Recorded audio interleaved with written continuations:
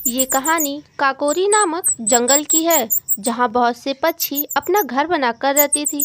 उसी जंगल में टुन्नी और कीकू नामक दो चिड़िया भी अपने बच्चों के साथ रहती थी और अपने बच्चों का भरण पोषण करती थी। इसी तरह वे अपना जीवन व्यतीत करते थे। एक दिन जब टुन्नी और कीकू बच्चों के लिए भोजन लाने गए थे, तो वह घर वापस नहीं आए। अब तो सुबह से शाम हो गई थी और बच्चे भी डर के कारण रो रहे थे। भैया, अभी तक मम्मी और पापा घर क्यों नहीं आए? मुझे बहुत डर लग रहा है और भूख भी लगी है। मुझे भी नहीं पता छोटी, अभी तक तो मम्मी और पापा को घर आ जाना चाहिए था। सुनिए जी, मुझे लग रहा है कोई रो रहा है। नहीं श्रीमती, भला इतनी रात में कोई क्यों रोएगा? तुम्हें गलतफहमी हुई है। नहीं जी, सच में कोई रो रहा है। एक बार चलकर देखिए ना। ठीक है, चलिए देखते हैं। इस तरह वे दोनों बच्चे के पास पहुंचते हैं। अरे बच्चों, तुम दोनों इतनी रात में रो क्यों रहे हो? और तुम्हारे मम्मी पापा कहाँ हैं? कॉफी आंटी, मेरे मम्मी पापा सुबह भोजन लाने गए थे, लेकिन अभी तक घर वापस नहीं आए। हम दोनों को यहाँ अकेले बहुत डर लग रहा है और भूख भी लगी है।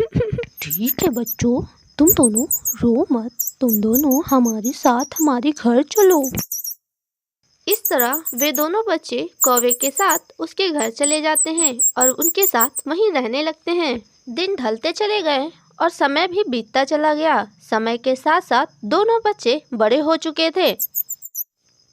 सोना आंटी, हम आपके लिए भोजन लाने जा रहे हैं। ठीक है बच्चों, पर संभल कर जाना।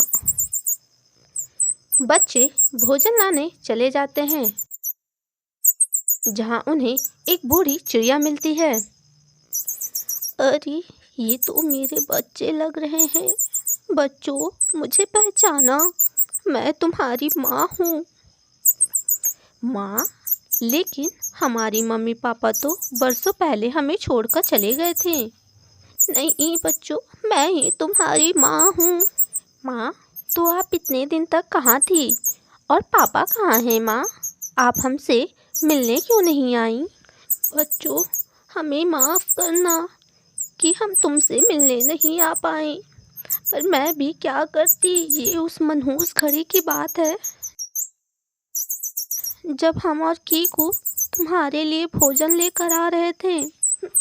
कीकू, क्या तुम्हें भी किसी के रोने की आवाज़ सुनाई दे रही है? हाँ टुन्नी जी, मुझे भी किसी पंछी के रोने की आवाज़ सुनाई दे रही है। चलिए देखते हैं। अरे बहन, तुम रो क्यों रही हो?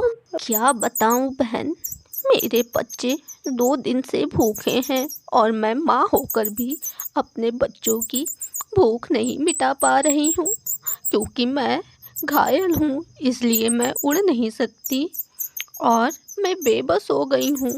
अब तुम ही बताओ बहन, ऐसे हालात में मैं रोऊं नहीं तो और क्या करूँ? ये तो बहुत दुख की बात है, पर तुम रो मत बहन। तुम ये भोजन लो और अपने बच्चों की भूख मिटाओ। नहीं बहन, मैं ये भोजन कैसे ले सकती हूँ? ये भोजन तो तुम्हारे बच्चों के लिए है। अगर मैं इसे ले लूँगी तो तुम्हारे बच्चे भी भूखे रह जाएंगे। मैं ऐसा नहीं कर सकती।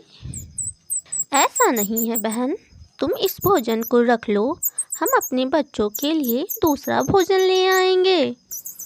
ठीक है बहन, मैं ये भोजन रख लेती हूँ। आपका शुक्रिया दोस्तों। इस तरह मैं और कीकू भोजन लेने के लिए दूसरे जंगल चले गए। जब हम भोजन ढूंढ रहे थे, उसी समय अचानक बहुत तेज तूफान आने लगा और तूफान में मैं और कीकू बिछड़ गए। कीकू तुम कहाँ हो कीकू? हाँ टुन्नी जी, मैं ठीक हूँ, आप अपना ख्याल रखना। अरे नहीं, कीकू और मैं बेहोश हो गई। मुझे पूरे 1 दिन बाद होश आया। अरे नहीं कीकू, कीकू, ये क्या हो गया कीकू? हे भगवान, ये क्या हो गया? मेरे बच्चे, मुझे मेरे बच्चों के पास जाना चाहिए। और फिर मैं हमारे घर वापस गई, पर तुम दोनों वहाँ नहीं थे। मैंने तुम दोनों को पूरे जंगल में ढूंढा, पर तुम दोनों मुझे नहीं मिले। तब से लेकर मैं आज तक इस जंगल में भटक रही हूँ। आज तुम दोनों मुझे वापस मिल गए मेरे बच्चों। ओ माँ, हमें माफ़ करना, हमने आपको गलत समझा। लेकिन माँ, अब आप यहाँ नहीं रहेंगी, आप हमारे साथ हमारे घर चलेंगी। इस तरह दोनों बच्चे अपनी माँ को अपने घर सोना आंटी के पास ले आते हैं और सभी लोग टुन्नी के घर आने की खुशियाँ मनाते हैं।